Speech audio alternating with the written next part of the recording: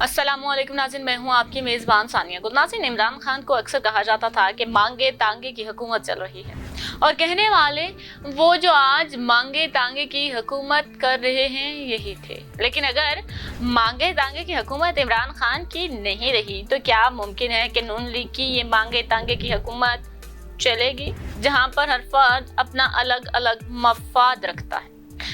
वो क्या हुकूमत कायम रहेगी? बल्कि इस हुकूमत के गिरने के चांस तो इमरान खान की हुकूमत से भी कहीं ज्यादा है, क्योंकि जिसके जहां पर मफादात पूरे नहीं होंगे वो वहीं छोड़कर चला जाएगा। और अब तक बहुत से लोगों के छोड़ने की खबरें भी गर्दिश कर रही हैं। नाज़रीन, आपको बताएं कि शहबाज शरीफ के 3 अहम तरीन साथी उनको अल्लाह हाफिज कहने को तैयार हो चुके हैं, जबकि 20 मई तक हुकूमत के खात्मे की पेशन गोइयां भी सामने आ रही हैं।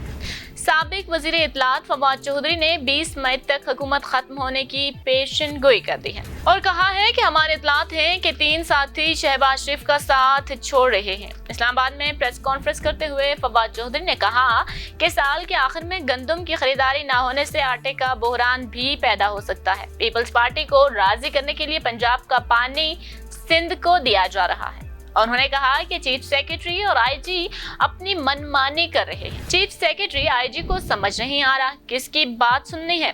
इंतजामी फैसले करने के लिए पंजाब में हुकूमत ही नहीं, पंजाब के इंतजामी बहरान पर फौरी एक्शन की जरूरत है। फवाद चौधरी का कहना था कि हमारे इत्तलात हैं कि हुकूमत के 3 मजीद साथी शहबाज शरीफ का साथ देने से इनकारी हैं। 20 मई तक हुकूमत खत्म हो जाएगी।